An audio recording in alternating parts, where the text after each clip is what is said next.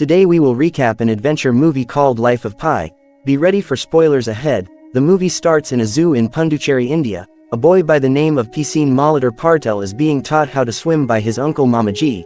Pi was named after a French swimming pool with water so clean, one could make morning tea with it. The father wanted him to have a pure spirit like the pool, but instead, the name became a nightmare for him. He was constantly mocked and bullied in school due to the close resemblance of piscine and pissing, and by the age of 11, he had had enough of this. When they reopened school after holidays, piscine was prepared. Class after class, he would walk to the front and explain the mathematical formula pi. He did this every lesson, and at the last class of the day, Piscine went all in. He wrote the full version of pi from the top of his head as the whole school watched. No one could believe it, as this could only be done by a genius. The whole school cheered for him, and from then onwards, his nickname changed from Pissing to Pi. Pi was born a Hindu, and was introduced to the god Krishna at a very young age by his mother, a god so powerful that he had the entire universe in his mouth. But as fate would have it, Pi bumped into Christianity by accident in his village home. He truly loved the story of God humbling himself to a mere human being and dying for the people's sins, so he accepted Christ into his life and became a Christian. But that was not the end. As Pi was walking down an alleyway, he was attracted by the beautiful call to prayer by a mosque, and just like that, he became a Muslim. But instead of believing in one faith, Pi practiced and followed all the three religions. He was born a Hindu, but he felt God's love in Christianity. He enjoyed the feeling of serenity and brotherhood provided by Islam. His father, who was himself an atheist, did not like this. He could tolerate following one religion, but three was just brainwash.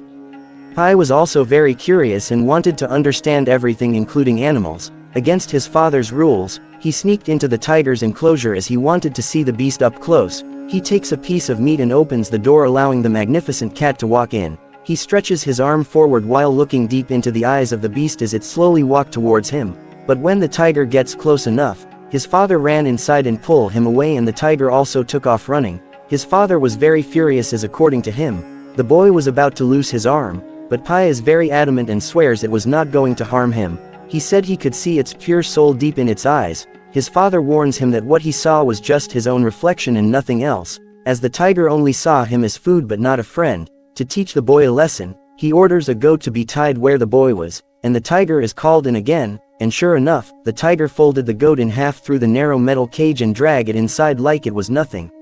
Years passed and Pi became bigger. Unfortunately, the financial situation at the zoo was not good. His father struggled to keep it alive but finally reached his breaking point. So, he wanted to close the zoo down and sell the animals in Canada, where they would also relocate. Pi did not like this idea, but there was nothing he could do, so the family together with their animals boarded a ship and set sail to their new lives. All this is being narrated by a now 60-year-old Pi to a Canadian writer, as something so tragic happened that it changed the course of the life of Pi and his entire family. It was 4 days out of Manila, Philippines, above the Mariana Trench, the deepest part of the ocean. The winds were strong and the waves were even bigger, but their ship pushed on. Pi and his family were sleeping in their quarters. He woke up and tapped his brother on the shoulder as he wanted to go and see the angry ocean outside. His brother refused, but the curious Pi marched on alone. When Pi opened the door, he is almost sucked out by the strong winds. He walks outside as it rained heavily and climbs higher for a better view. The storm rocked the ship side to side and the ocean seemed to inflate and deflate. Pi was so happy and he danced around thanking the gods for this beautiful experience. But suddenly, the alarms started going off. When Pi looked at the deck below, he could not believe it. 2 men are swept by a huge wave and they disappeared into the dark waters. He quickly realized the gravity of the situation and ran back inside. When he made a turn leading to their floor, he found the corridors completely submerged in water. Pi dove in and tried to swim to get to his family, but the pressure was too much. He swam back outside to try and get some help. The animals had escaped from their cages and were running around on the top deck. Pi walked up to several men trying to lower a lifeboat into the water and asked for help, but instead, he is grabbed and thrown into the lifeboat. A panicked zebra jumped into the lifeboat, breaking the ropes, and the boat fell into the ocean. The boat is swayed around violently by the waves, but Pi holds on for dear life. When it finally stopped, Pi tried to wave while blowing a whistle, but the ship disappeared in front of his eyes. He saw something struggling to stay afloat, so he threw a floater towards it and pulled. When it finally got closer, it was the tiger. Pi tried to push it away, but a small wave knocked it and it held on to the boat.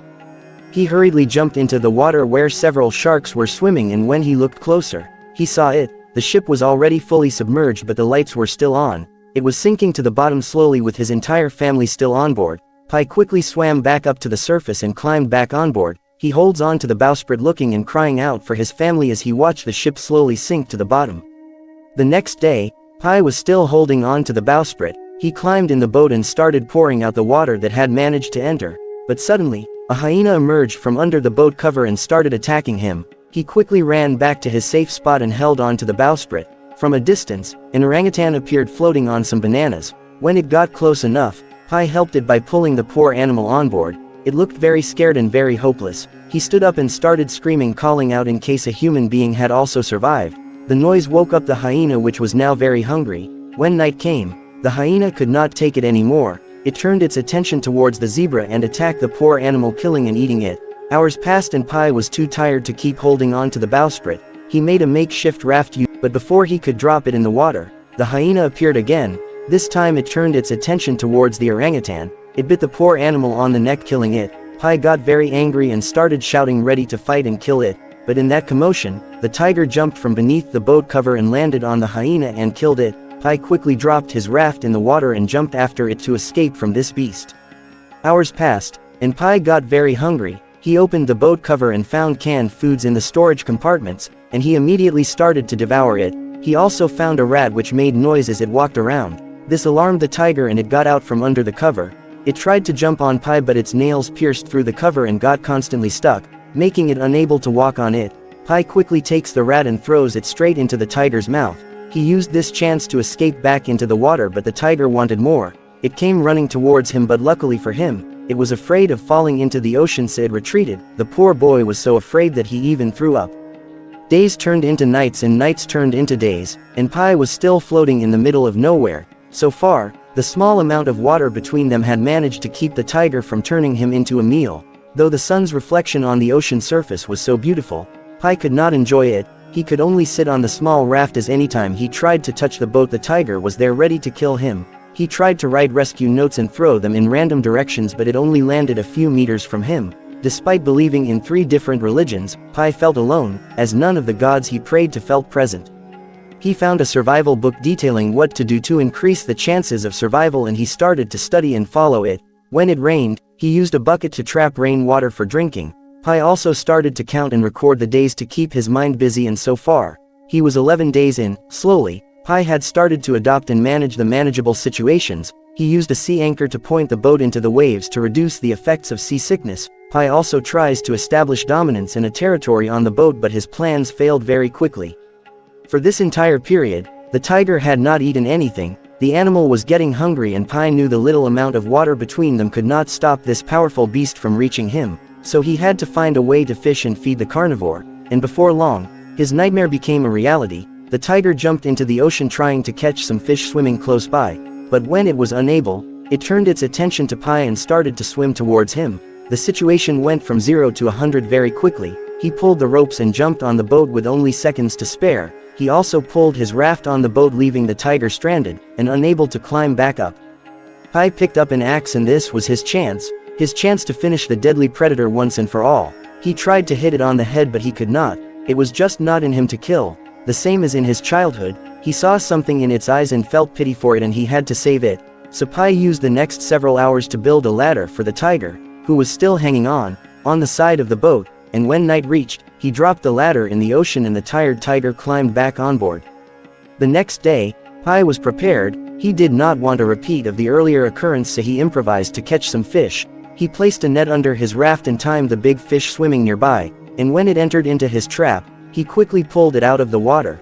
The fish was still struggling, so he hit it several times with the head of the axe, killing it. He became emotional and even shed tears, as this was his first time killing an animal. He then took the entire fish and threw it inside the lifeboat. And finally, the tiger had its first meal since the accident. Days went on, and sometimes, the ocean was a bit rough, and other times, it was very still, calm and beautiful. One night, the ocean waters glowed so beautifully, and one could see the fish as they swam deep in the water. When Pi looked carefully, he saw something big swimming upwards towards him, but before he could do anything, a gigantic whale jumped several meters into the air, and when it fell back, Pi plus his rafter quickly submerged. He had stupidly brought all the ration with him in the raft, and just like that, all his food sunk to the bottom. Pi had now survived for 38 days alone in the ocean. But one day, something unusual happened. A fish jumped from nowhere and hit him on the face, and before long, several hundreds if not thousands of fish came flying towards them. Some flew past but some hit him and fell inside. A big fish jumped out of the water and landed in the boat. There was no way Pi could let the tiger have this one, so he took a stick and the two started to fight. He sticked it inside the tiger's mouth and it retreated. He quickly pulled the fish away from the tiger, which had started eating the fish on the floor of the boat. Up to that moment of his life, Pi had lived as a vegetarian, but hunger made him do something he never thought he could do. He took a huge bite from the raw meat to satisfy his hunger. Pi had had enough. He could not continue to risk his life every time he set foot inside the boat, so it was time to tame the beast, and if they were going to live together, they needed some rules and personal territories. Using a whistle, a stick and some pieces of meat, he approached the beast. He would point at a place, blow the whistle and throw some meat there and the tiger would eat them. He repeated this several times and the tiger slowly but surely learned and started to obey his commands. After 88 days, Pi had converted the raft into a very comfortable living space and even fitted a shade. In times like this, he remembered that both him and the tiger had the same little experience with the world. They were both brought up in the same zoo by the same master, and they both lost everything in the same way in the same day. He knew that without the tiger, he would have died by now. His fear of him kept him alert, and tending to his needs gave him a purpose. One day beyond some swimming dolphins, Pi saw a cargo ship. He quickly took his flare gun and shot up in the air trying to alert it to help them. Hours passed and Pi tried everything but the ship just went further and further, and when night came, it had fully disappeared beyond the Earth's curvature, leaving Pi standing hopelessly in the dark. So much time had passed, that the tiger had not only turned into his friend, it was his entire world. Pi tried to keep himself busy by documenting his life in a book, but after a while, the book got filled up and the pencil got finished. As Pi was resting on the boat, he saw a big storm approaching. He hurriedly started to pack his things, but it caught up before he finished. He quickly tied a rope around his waist to avoid drowning. Lightning struck the ocean and illuminated the entire waters around Pi. The waves were big and strong and kept rocking the boat side to side. It was constantly submerged, but it managed to emerge back up again and again. The waves grew bigger and lightning shined even brighter. Somehow, Pi was happy, as according to him, the place was beautiful, but the tiger was filled with fear. The rope that tied his raft to the boat snapped and Pi could only watch the raft as it went further and further away from him. The tiger was helplessly dragged from side to side by the water that had sipped in the lifeboat, and when the storm eventually passed, Pi was left with nothing: the raft, his fishing net, his book, and even hope was gone. The boat floated on the ocean from day to night with no sign of help, and for the first time, Pi drank the sea water. He slowly walked towards the tiger and poured some water in its mouth to try and quench its thirst. His hair had grown long and shaggy, and his skin had turned black due to sunburn. Pi stretched his hand and touched the tiger's head to pet it. He sat next to it and lifted its head and placed it on his thighs. He looked into the sky as tears dripped down his face and officially let go. He was now ready to die, and reunite with his family in the next life. The tiger had grown so weak that it could hardly move. When Pi opened his eyes, he was resting under some shade. There was a beautiful whistle of wind as it passed through leaves and tree branches. The boat was resting on a shore. Pi jumped from the boat and immediately started to eat roots and weeds on the shores. He then proceeded inwards to check for any kind of human life form to get help. When he went deep enough, he found the inhabitants. The island was covered by thousands of meerkats. He walked to the center where he found pools of fresh water. He jumped inside and started swimming and drinking the water. This was paradise to the tiger as there was food all over. Although he was the only human on the island, Pi felt at home. But when evening came, something strange happened. All the meerkat ran from the fields and retreated into the forest. The pools of water that were previously occupied with fresh, clean water suddenly turned and was filled with dead fish floating on the surface. Pi plucked a fruit hanging above him, and when he looked inside, it had a tooth, a human tooth.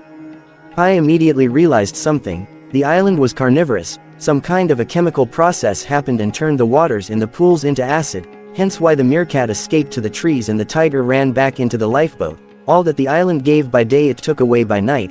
He knew that another human must have found himself stranded in the island, and when he died, he was consumed by the island, and only his tooth remained. Pi did not want to end up lost and forgotten like him, so Pi made up his mind. He spent the next day preparing. He filled his storage with fresh water and seaweed. He stuffed as many meerkat as he could for the tiger. When he called out for his fierce companion, the tiger came running and they set sail back into the open ocean. By the time they reached the Mexican shores, all his strength was gone and he was so weak, He was afraid of letting go of the boat as he thought that the few feet of water would drown him. He fell on the warm and soft sand and could hardly move anymore. The tiger jumped from the boat onto the shores. It was so thin and weak that it struggled to walk. It stretched and walked along the shores, but at the edge of the jungle it stopped. Pi lifted his head thinking that it would at least look behind one last time, and bring their relationship to an end in some way, but the tiger just continued and disappeared into the jungle. When he was later found by some local men, Pi cried like a child. He cried because the tiger left him so unceremoniously. After all they had been through together, it broke his heart. His father was right all along. The tiger never saw him as a friend. When he looked into its eyes, it was his own reflection staring back at him and nothing else. Please like and subscribe for more.